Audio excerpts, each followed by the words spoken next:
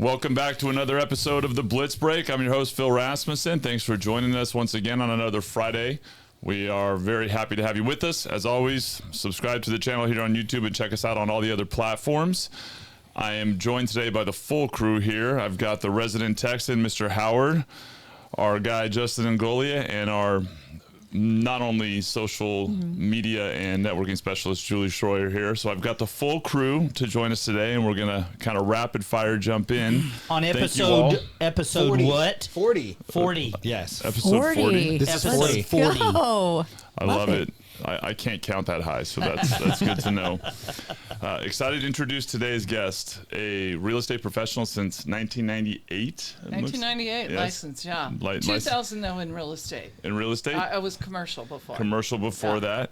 And Remax Gold, and somebody who, you have quite a few awards listed on there. Remax Hall of Fame, Placer County Masters Club, top 15%. 26 years, yeah. Thank you. Realtor for the Golden One Credit Union, and you're a country specialist. And as Yes. somebody who grew up in kind of an interesting Danville, Incline Village, and Hawaii, in the Maui area, quite an interesting mixture of places to grow up. Certainly wide knowledge of the real estate world. Welcome to the show, Leslie. We're excited to have you. Yeah, I had wealthy parents. Try to have that after they're gone, right? That's my goal. That's what I'm still working for. It's a good exposure. I mean, you got the mountain climates, you got the Maui venture, and then good old Danville. So Absolutely. Oh, beautiful. So did you spend most of your childhood in the Danville area? And then 16 years, and all my friends from Danville are still all, from kindergarten on to high school are still on my Facebook. So that's really cool. I get to, reach out, and we still get to follow everybody. And then when I was 16, I'm the last of 5, and so my father retired and moved us all to Incline Village. After 8 years, he got tired of the snow. One of my oldest sisters had moved to Maui, and he said, let's go to Maui. He was from Fort Walton Beach, Florida. Okay. They had a fishing fleet there. So he always had that love of water that now I have. And so he moved us over there, and we were there. My family was on Maui for 20 years. Wow. Wow. Well, that's a big change from Incline Village. Yeah. Yeah, that's a great change. But Incline is still, Tahoe and Maui are both so beautiful. Yeah, but it's cold in Tahoe. Yeah, that's part of the exactly year. why they left. Yeah. but the summer times, I know a lot of people that live up there that they live up there for the summertime, that are the non-snow people, and then the vice versa, the snow people. So there's, you get the real, stark contrast of the dual seasons kind of deal. Absolutely. My parents were into investing in real estate. And so from Danville to Incline, we built a 5,000 square foot home up on top of Mount Rose. And they traded that. I think at that time, the value, it was like $4 million, and they traded it for a home in Kapalua, and on the Kapalua golf course, which is now, if you follow Kapalua, it's now gone. Like Kapalua, they don't have the golf. It's because it's all dried up. They haven't maintained. Hawaii's been having a drought, and so that's like defunct all that area, which is really sad for me because that's my childhood home. Wow. So yeah. And then from there, I moved here. I like Northern California, and I still go back to Hawaii all the time. Love it. And what's your favorite? Is it Wailea, or which is your favorite part of Maui? Lanikai. Oh, okay. It's that's in Oahu. Yeah. Sorry. Maui, I quit going to after the fire. Okay. It's too hard for me because I live downtown. I actually managed a hotel downtown for a few years, 520 rooms. And so that's the hard thing, is all that's burnt down. I was there right before the fire burned down, and it's too hard. Yeah, I mean, it's gone, heartbreaking. Front Street is gone. Yeah. How can that be? I mean, it's just wiped out. Like, how does that happen? I haven't even wanted to go back. Me Yeah. neither. It's Yeah, just, I can't. Yeah. I was just there Too with Johnny, and you're right. It's gone. Everything's gone. Yeah. That would be. Is there the any tree is still there. redevelopment The of it? beautiful Still tree, the Yeah, banyan tree's still tree there. Survived. Yeah, it did, which was Some of the churches. yes. Yeah. I hear Mick Fleetwood is going to rebuild. That's what Oh. I've heard. Okay. Haven't seen What it about yet. the shaved ice right there next to the tree? It's got to be there. It probably is, Bez. I thank you. That was my favorite. So if you follow I'm that, serious. though, the reason why it hasn't rebuilt is because part of the places, a lot of them didn't, they're old. They was like cottage Yeah. on top of cottage, and the zoning is different. Anything that was waterfront, they're not allowed to build on that waterfront because it does fall into the ocean so many feet ever so often, and so it's inevitable. Super So one of my sad. favorite spots is Cheeseburger in Paradise. Oh yeah, And that's right there. I've got I love photography, and I have a lot of pictures. One of my favorite pictures that I framed was I call it sailed right out the window, and I took sitting in Cheeseburger in Paradise out the window, so you can see the window. The window's opened. And there's two sailboats coming by, and I called it "Sailed Out the Window," and so it's a nice. I've got it at my house, but yeah, all that gone. It is heartbreaking. I have a picture. The last time I was there, I went to a bunch of art galleries, and I took a picture of a painting that a guy did of Front Street, and I have that, and I'll keep it forever. Oh, And Yeah. that's great. it's usually on all my stuff, All your deals, yeah. So, because it's gone. Who knows? Will it ever come back? We don't know. Well, thank God Oprah's properties are still okay. Yeah. Don't get me started. Yeah. That's it. Well, it's a Yeah, good it's all reminder of the importance of appreciating things while we have them, right? That sometimes we all get going with life and business, and you kind of forget how precious things are. And then when you go back to places, you realize like that trip was like the last time that it'll be there, or whatever the case Absolutely. is. Yeah. Nothing lasts forever. That's Everything right. has a shelf life, and have the right coverage. Because the same with the fires down in LA, they're learning now that they didn't have the right coverage. How can they? I just don't understand. How can they not have fire coverage? I mean, and that's what they're saying. That's why a lot of people haven't rebuilt down there. They didn't It's have fire because they coverage. didn't. Yeah, like what? No, that doesn't make sense. It doesn't to me. make sense.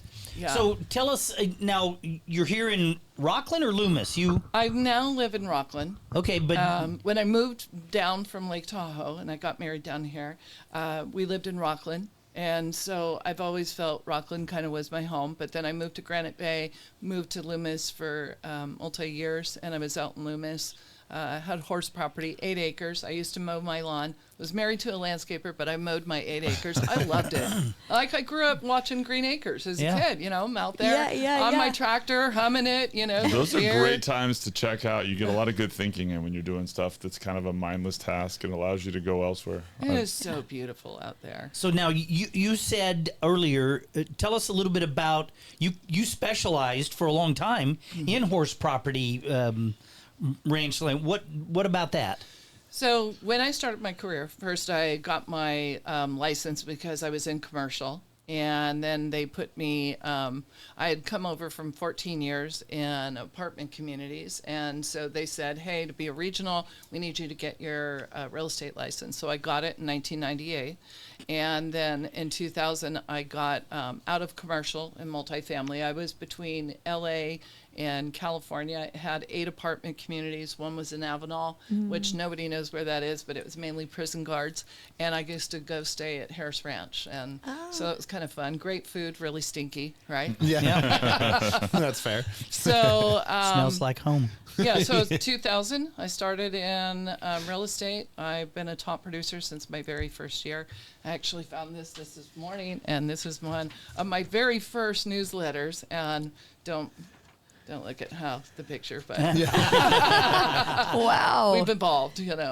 But, so this was kind of fun. And then It's that one? Here's this. So this is Kelly Rosenda and I marketed for a long time together. And during that time, my career rose. So we were doing 10,000 of these newsletters, went out to Loomis, Granite Bay Acreage, and Newcastle.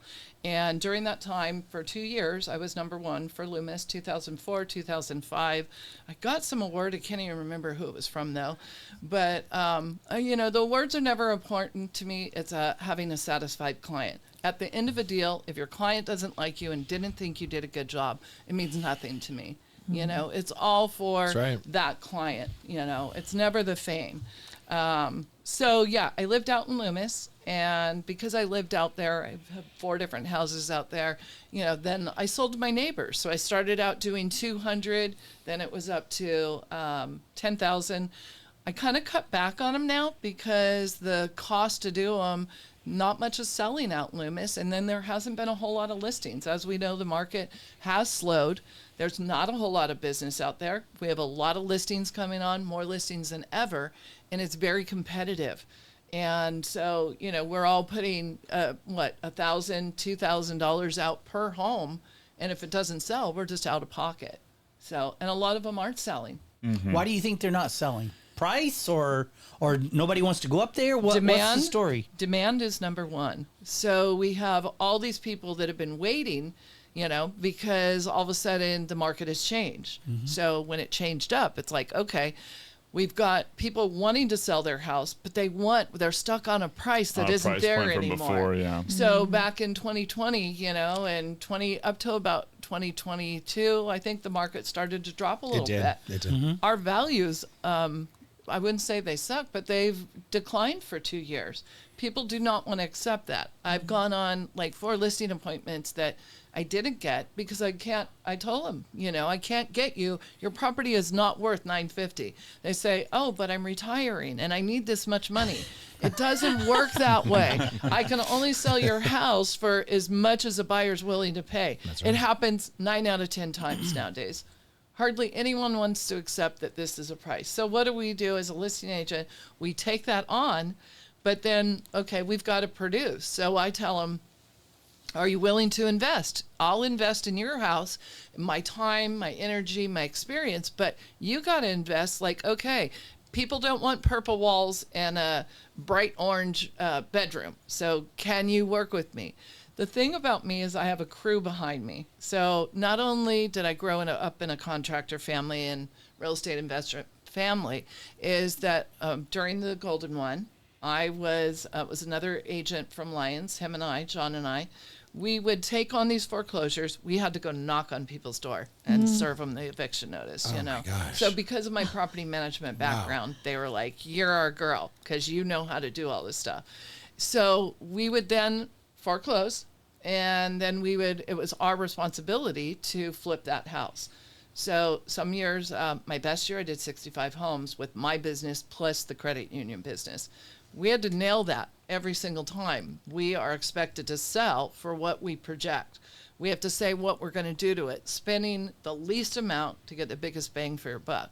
So that's what I teach people nowadays, what we're going to do. Number one is paint. It's the cheapest, and it's the, 100% turnaround on houses. Mm-hmm. Mm-hmm. And I just did that on a 4,500 square foot home, $2 million home. And I came in, we repainted the whole thing. Oh my God, it's day and night. It's so beautiful. Yep. Paint, it's amazing how a room can completely change when you simply paint it. And, color. And the color. Right color. The right color or not. And I'd be curious, like when you're talking to clients, somebody just said this on one of our recent episodes, like when you go look at like model homes and there's a specific way that they paint those homes because there is value in it, in the way that it makes the home look bigger. And then when you go meet with homeowners who, especially those that have lived in their home for an extended period of years, and they've got all their trinkets and all their things, and then you put all the paint color, and it's like everything is so personally they're emotionally connected.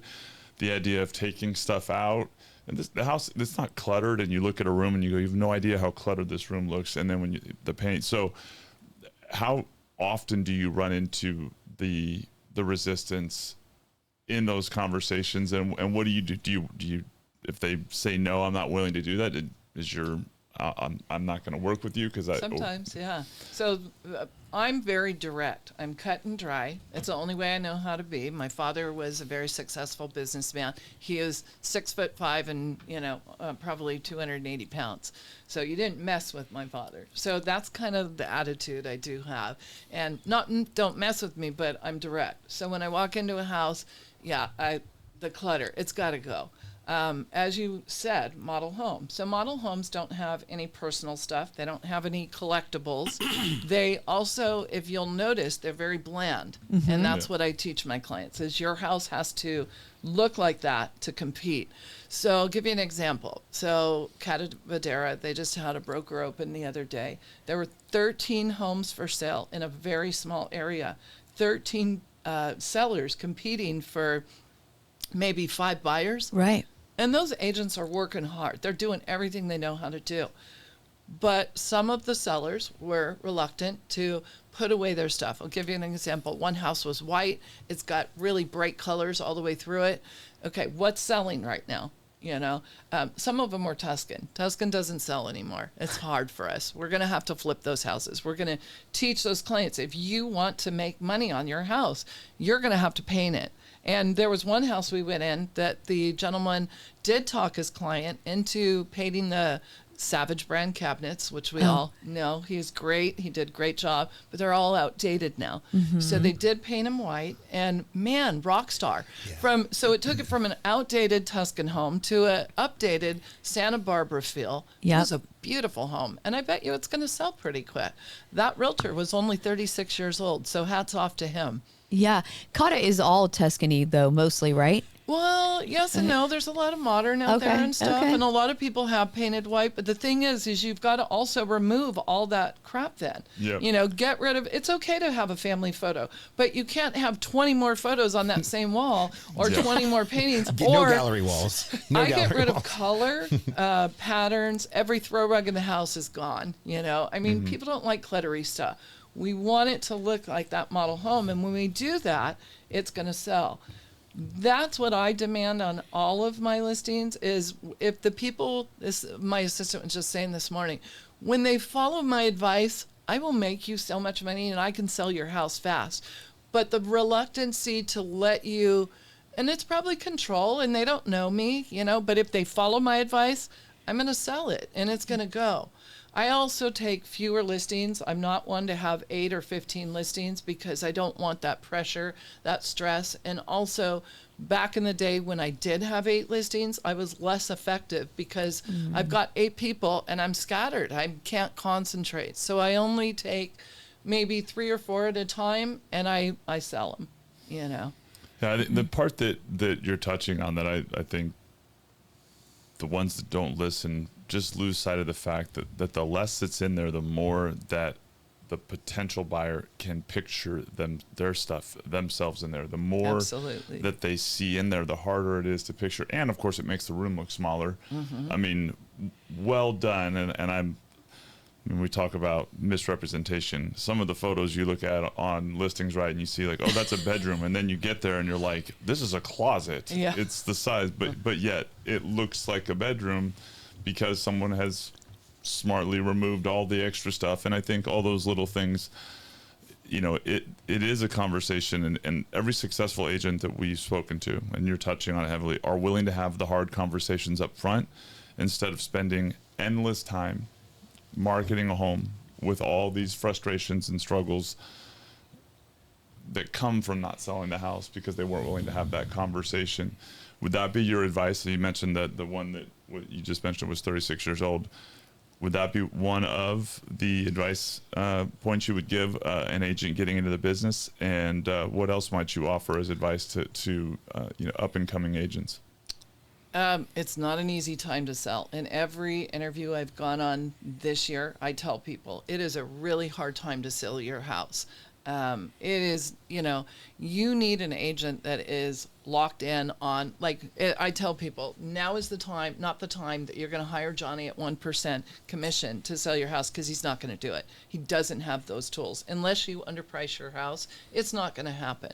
I use my own staging. I had a couple homes. I had a big home up in Tahoe and a big home here, and divorced. And so I had a bunch of really nice stuff. So I just said, hey, I'm going to loan that to you guys, and I'm going to dress your house up so that it looks 10 times better.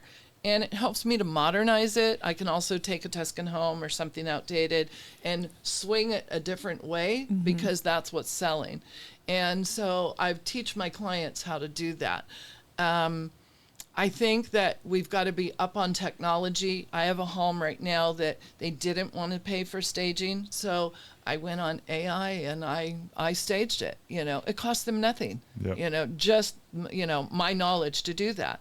Every agent should be doing that now. We all should be using everything that's out there. I'm a computer science major, and then I am a marketing director before for 10 plus years. So my old boss used to say, you're like constantly thinking. I am. I mean, my mind just click, click, click, click, click. My frustration is I can't do it all.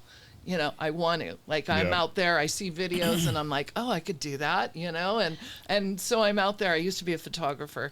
And so I'm just doing my own stuff because I could see that it needs to be done and I love it. So I get really enthused on every house that I take on, whether it's 500,000 or 5 million. I'm going to do the same rock star treatment to it because I have a plan. I know how to work it, and I know what I'm going to need to sell that house. And like I said, it's hard to get people to come along, but if you're hitting everything, it's going to go. There's buyers out there. They're just looking for the good deals. And why shouldn't they? How do we know what's coming? What's 2027 going to bring? We don't know. We've been in a declining market, so nobody's going to overpay. I think where the 36-year-old, like you said, how does that guy, he's young, he's vibrant, he hasn't been through burnout like a lot of the agents that are. That's so he true. doesn't know the old stuff that doesn't work anymore. So I think he's got Being an advantage creative. of that. And then he's a hard worker, It's amazing how that's a common thread in everybody that's successful, right? Just working I'll hard. do anything. like I said, I've got. I had this house that I just listed, spent $600 on staging that would help this house come up to what I needed it to look like to sell it for the money that we wanted, And then I have an assistant. So I have an assistant and I have 3 agents underneath me, or not underneath me, that work alongside of me. They're all 20 years in the business too. And, and we load up our cars and, we caravan over there. We have a good day. We're having fun every day. We don't see it as, oh God, we got to do this demeaning. No, it's exciting. We're going to take it from A to B and then we're going to sell it for a lot of money. Our clients will be happy. We'll be happy. And then we're off to the next. It's amazing that the staging and what that does for homes. Oh my goodness. And I always think you're not going to stage the house because it's such a difference. I'll tell you, I go down a little bit of a rabbit hole. I've been looking at homes internationally, and I'm really interested in most of the tropical areas. Like, I don't like Tahoe. It's a little chilly there. Oh. No, I like Tahoe. I'm In the just summer. joking. But so I've gone down this rabbit hole, and I give you and some advice to go and look at some of these different companies. In Bali, there's a company called Bali Texture, and they're a developer, and they sales and rentals and all of this kind of stuff. And all of their homes, I guarantee you, they have interior decorators come in. And they just, when you look at their homes, you're going, oh my God, yes, give me that phone number. I'm calling. And then you look at same priced homes like in Panama or Belize or Costa Rica or all these other tropical places, same near the beach, same, price ranges, all that kind of stuff, jungle.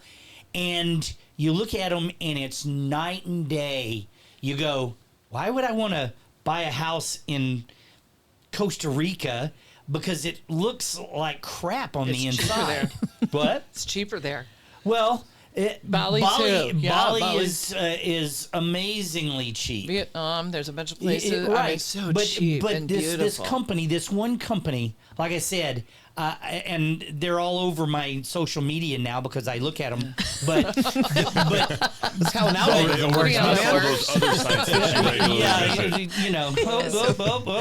But Julie, you can explain to him why that happens. I will. Okay, thank you. But what I'm saying is just their intelligence on Yeah, the they must staging. go in Presentation. and they Yeah. must just rip out all the the junk, like you said, the weird looking bedspread, you know, the family, you know, pictures, and they create something you're going, wow, I would go there.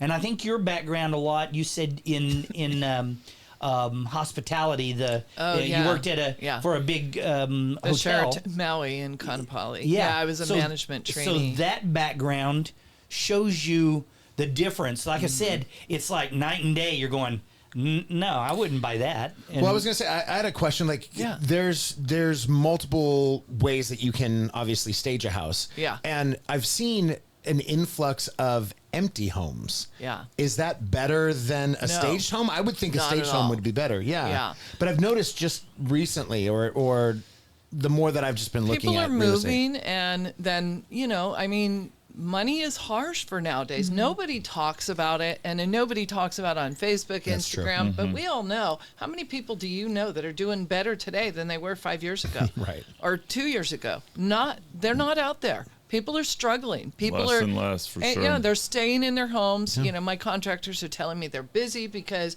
people are staying there. They'd rather fix their home up, put a pool in, which 2 years ago they'd just buy a new house. You know, maybe buy two of them. You know, but that economy is not there.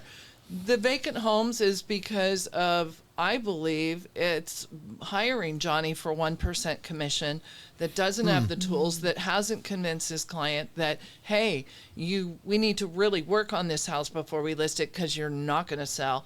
And the houses are lasting a long time. It used to be like so many days before a house would sell, a good house. Now it was like 58 days on the market for a sale. That's unheard of in our previous years. That's very true. The thing for me is, you know, like I said, I had a client, didn't want to drop 10 grand on staging. So I went on AI. Like, why doesn't everyone do that? Yeah. What's with these agents? They're not using the tools that are ahead of them. And we could use them. You know, you need to do anything and everything to sell that house right now. And you never stop. You know, the hard thing, maybe the client wouldn't listen on the staging, but that agent could do ChatGPT. Come on. So when you do this, and you say you go on AI and you stage it in AI, obviously, because this is what he was talking about. Obviously, you advertise it as, this is AI rendition of what this space could be. But it's So the not like you're MLS putting that out as a here's what the house looks like, and people show up and go, Yeah, what the how hell? do you, I was So a question. on that MLS too. It's a good requirements question. state that you, and I actually just called them before I did this, is that you can have the AI picture, you have to have the actual picture of it vacant underneath that. Okay. And then it okay. states on the that makes picture sense. that it's Yeah. virtually staged, and then Makes in the sense. listing it also has to have, you know, the disclosure, and then you have to have a link back to the home without it being staged. Well, So I think okay, that makes creativity sense. That's is smart. Very like smart. that is such a big part of it. You know, there's no greater opportunity in any profession, any industry. Problems are how value essentially becomes available to us, right? Like if there were no problems, there'd be no need for people to solve them, right? And when you run into markets where everything is a slam dunk and easy to sell, there's a set of problems with that we all deal with. And then a market like we're in now, there's a different set of problems, and there's creativity that gets rewarded on how do I create solutions that help raise the value of your home and solve it, like you said, using AI. Seen and heard a lot more around you know, agents and companies setting up upfront solutions at closing, kind of ways to collect, all these variations to work with clients that are willing and engaged, if you're willing to have the tough conversations. Do you feel like, because of the shift, that for an agent today, there actually is more opportunity moving into the future because of how many agents have left the business? No. Or do you think that It's tough. tougher. It is. It's tough. And that newbie coming in, they don't know what to do. So I've worked through 1998 when the market dropped. I've worked through 2007 when the market dropped. And, I believe we have been in a recession for 2 years. Nobody calls it a recession. I believe that too. Nobody Real wants to estate. use the no-no Yeah, word. but we all know the market changed. Whether you call sure. it, we'd call it a recession back then. But knowing how to maneuver yourself, and this was really great training for me, is to learn how did I make it through that? What did I know? But what used to work doesn't work at all anymore. And that's the thing, is people are, sometimes you're going to hire that older agent or the agent that's been around and this worked for them and they're still doing what used to work. It doesn't work. And I'm going to tell you, it doesn't work at all. What I used to do, Flyers. Let's talk about an Yeah, example is I'd spend $5,000 a month putting out 10, 11,000 newsletters, and I'd have 5 people call me to list their house.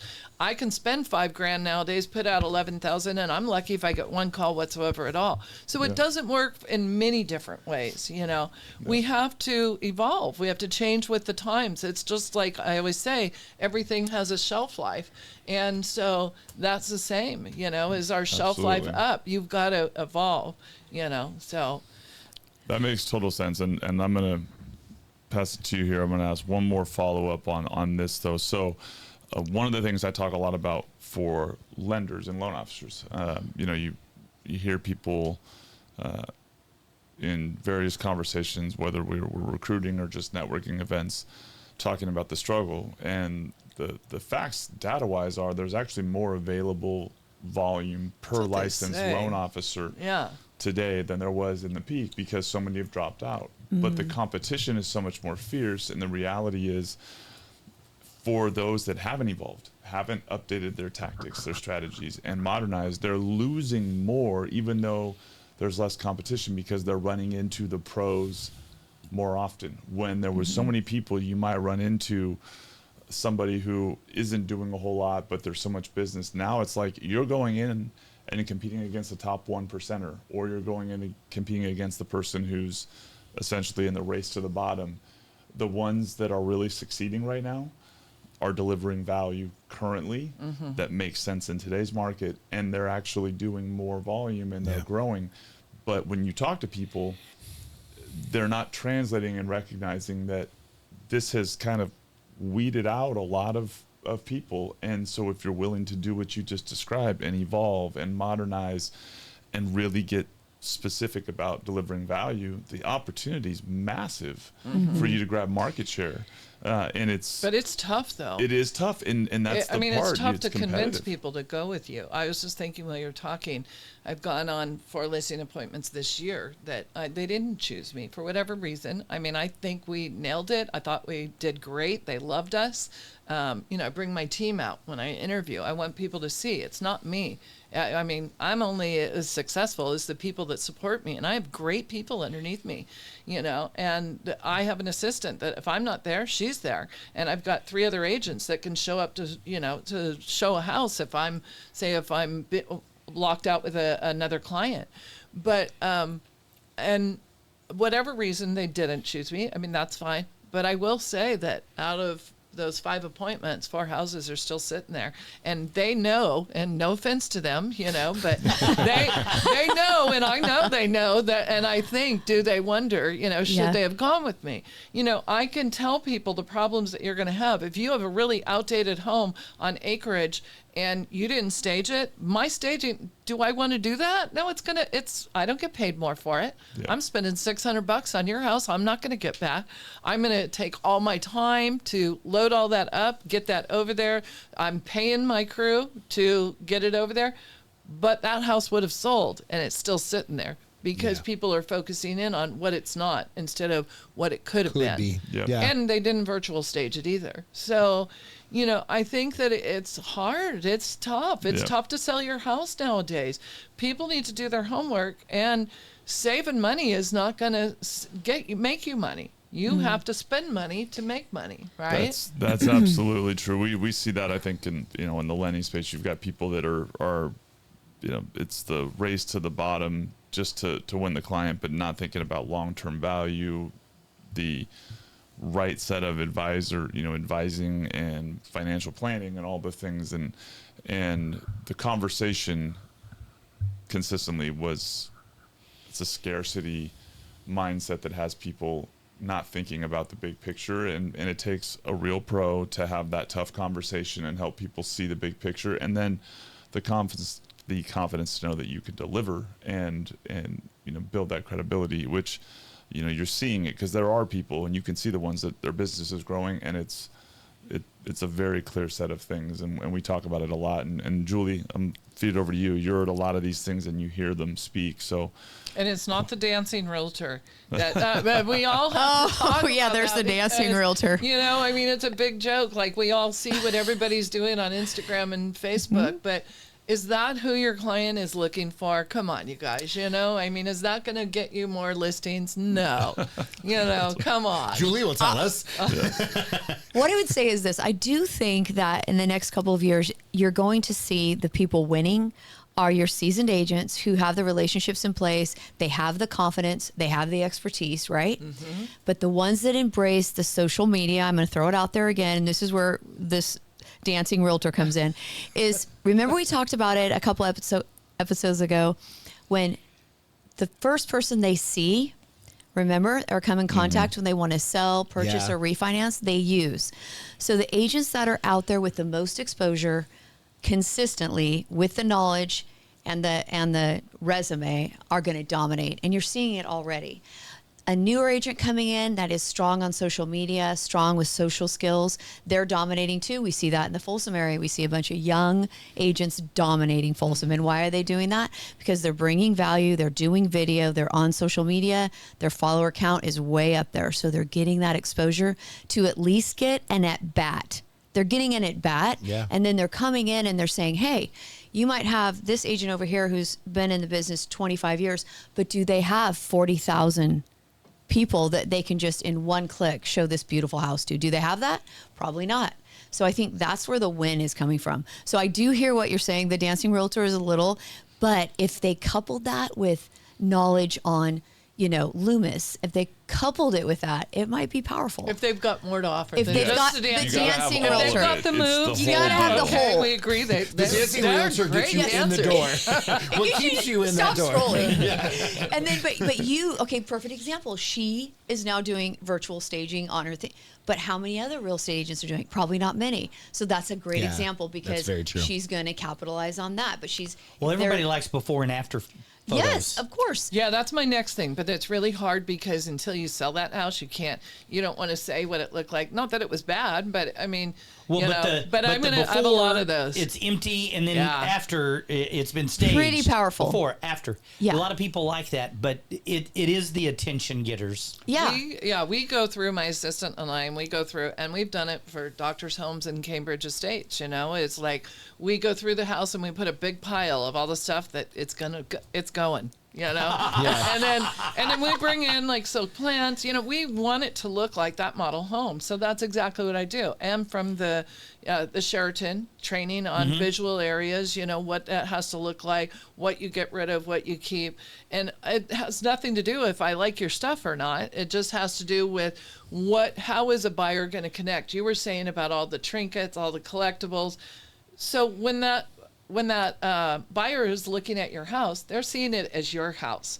Yep. I teach people we're going to get rid of all that stuff because we want them to see it as their house. We want it to be a blank slate. That makes total sense. And then they go, okay, I can put my furniture here. I can do this. I don't define a house. I try to keep it bland and vanilla so that somebody can envision themselves in there. Right.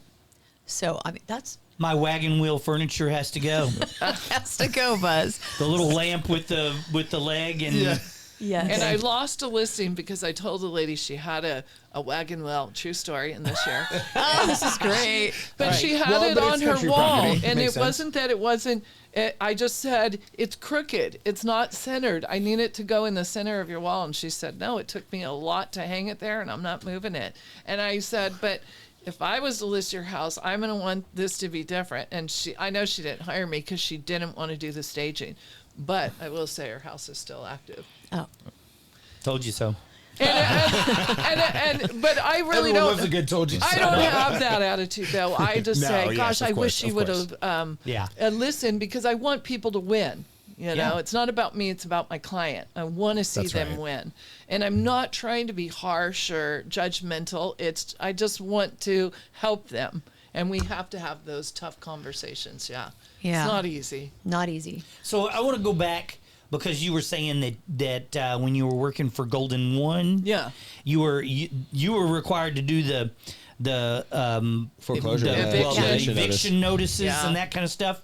So Guns pulled on us. We had a lot of stuff. What's Yeah, I was gonna say, I bet there's what's the stories. craziest thing that happened when you went out to tell someone that they're being evicted? What, like, The scariest, is okay. So remember, I'm working downtown Sacramento. I'm in the hood. Yeah. I mean, a lot of My these neighborhood. places. Yeah. and I mean, and I'm not familiar with these areas. I've never even been there. I've hardly ever go to Sacramento, honestly. I want to go there more. It's fun, but I just don't have friends that go there or enough opportunities.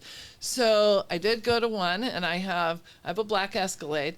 And I'm in, and it was brand new at that time. And I'm talking to my boss on the phone, and I'm like, "Boss man, where'd you send me?" I'm like, "This is not a good neighborhood." And he's like, "What's going on, Les?" And I said, "There's a lot of guys out here." And I said, "I don't feel comfortable, and I'm scared, and I'm in a neighborhood, and I don't want to say where it is." And they kind of start surrounding my car, and I'm supposed to get out and serve this eviction notice. And he's like, "Get the hell out of there, Les. Don't you even get out." He's like, "I'm worried about you." And I'm scared, I mean, Sure. they're surrounding my car. I'm a blonde in a black Escalade, brand new black Escalade. They're just like, "Oh yeah, this girl, they're probably going to rob me. I don't know, but they know I don't belong there. I am out not of serving place for any sure of at them that an point, yeah. eviction notice." And so he's like, "Just get the hell out of there right now. Get out of there." So I had to kind of like go a little bit faster and, and scare people that I was going to run them over, because I probably wouldn't have gotten out of there. And that happened. That's wild. We're That's wild. showing up on people's doorsteps at 7:00 in the morning. And so I ran 4 sets of handymen and 1 general contractor. And I generaled all my own properties. I figured out what I'm going to do, how much it's going to cost. I had 3 bids on everything. So this is how I'm able to come into somebody's house and tell them, I've got more experience than the average person. The at-bats that you've had Yeah. significantly more just because of that, I know. for that era. So my most interesting story is I show up, and it was,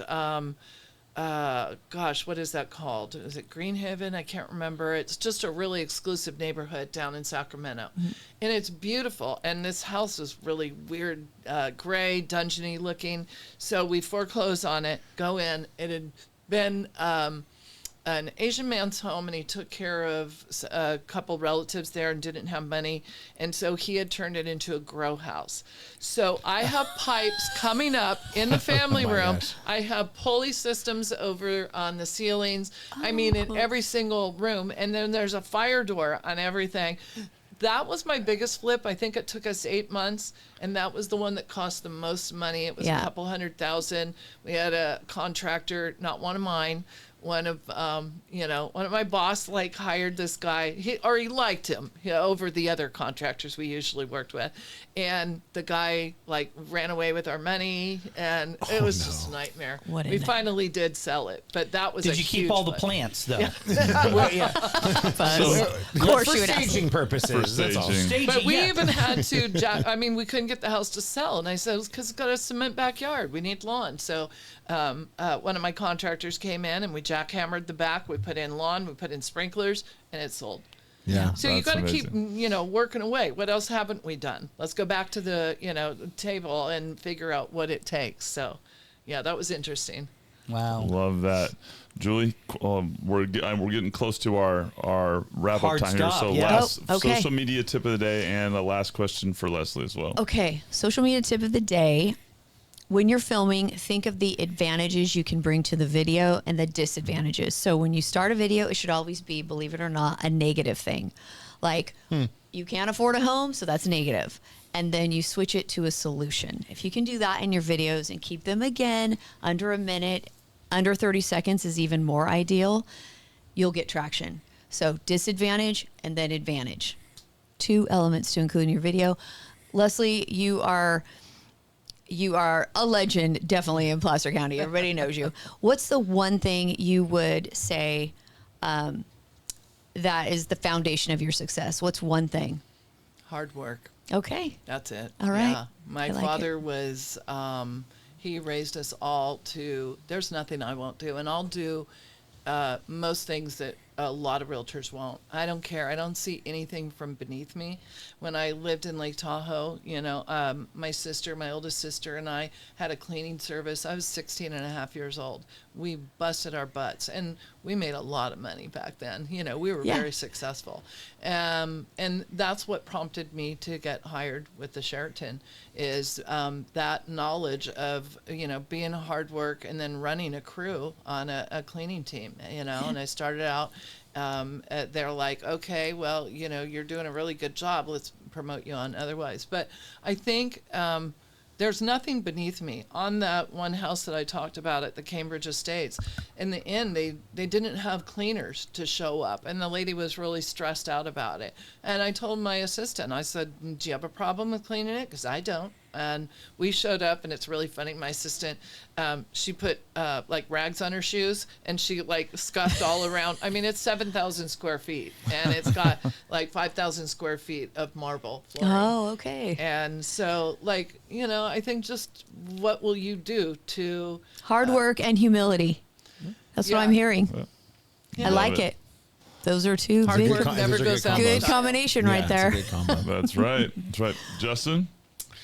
Well, Leslie, I thank you for coming on and sharing the insight. I love the creativity too. I love that you lean into that creative side. You know, as a creative myself, the staging and all of that would be, you know, if I was an agent, I would love that piece of it too. So it was. You should see his office. I have a nice office. It's a good office. Okay, before I leave, But he's I'm got going a to come throw see your rug. office. He's got a throw They rug. throw a rug. Yeah, no wagon wheels though. But I love your take on it, and I absolutely have enjoyed having you on and hearing your Thank stories. you. I would love to hear more stories. I bet you have incredible stories with the Walking in on people, you mean, when Yes. they didn't know we were coming? yeah, Or that. And how we found them? sure. Like you're trying to run out without them knowing? Yeah, Like, we didn't Yes. just see that. Yes. yeah, right, exactly. Oh, my yeah. gosh. But yeah, no, it's wonderful. Thank you you. for being here. Awesome. Mr. Howard? Well, you know, this week's been a tough week on the market. We are definitely ending the week with rates higher than what we started. I send out a morning message, and I think that, you know, may not mean a lot to a lot of people, but we're at like 85 basis points worse in the market. And it's still, everything has to do with oil. It all comes back to oil. A lot of the inflation news this week, the CPI, the PPI, all show inflation jumping up, but it has to do with the cost of fuel, because it's not just when we buy gas. It's when truckers put, you know, fuel in their truck to get the goods to the supermarket. Raises the price of everything. Everything revolves, unfortunately, around petroleum, and in this stupid Strait of Hormuz.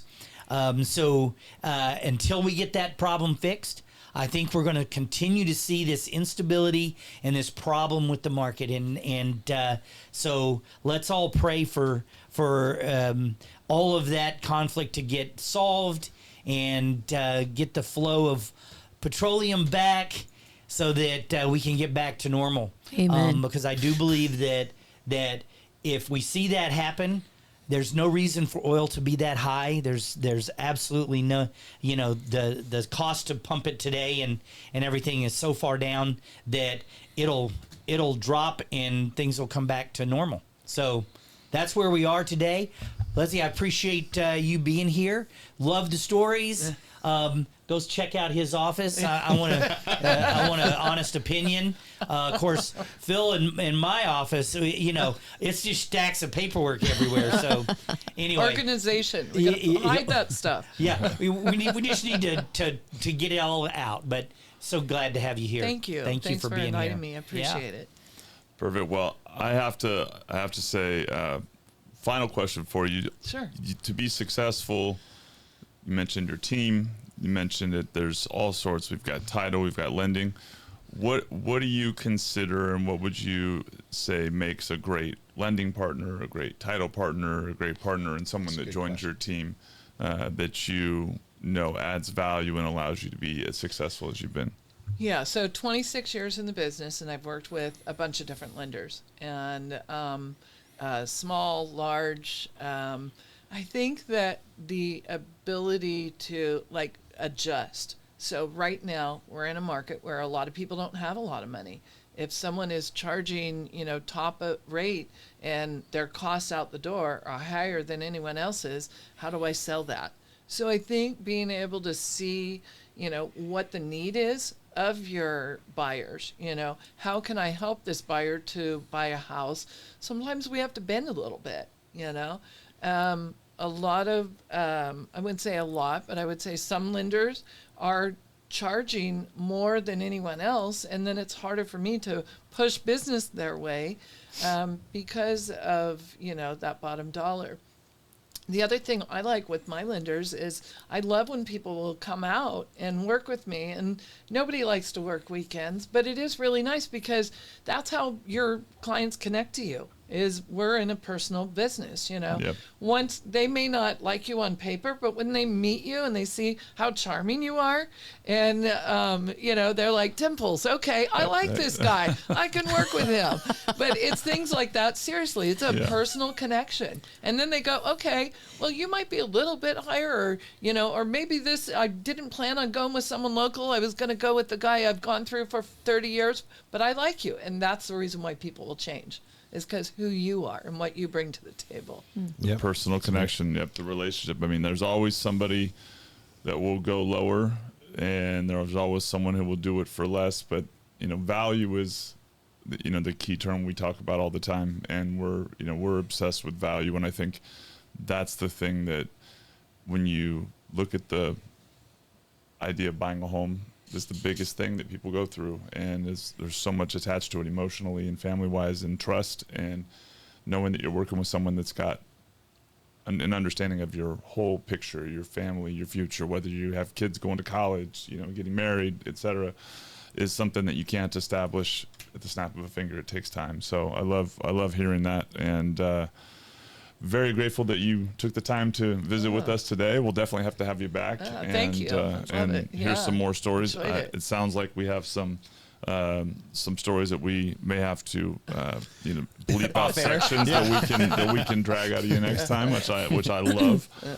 That'll be perfect. But congratulations on all your success. Thanks again for joining us. We've enjoyed it, and for that is another episode of the Blitz Break. Thank you so much for joining us here on a Friday. As always, again, subscribe on your favorite location to listen or watch podcasts: YouTube, Spotify, Apple Podcasts, SoundCloud, or all your social media favorites. You can find us there. I'm your host, Phil Rasmussen, and for our entire crew here and our guests today, thank you so much for joining us, and we'll see you next Friday. Episode 40. 1.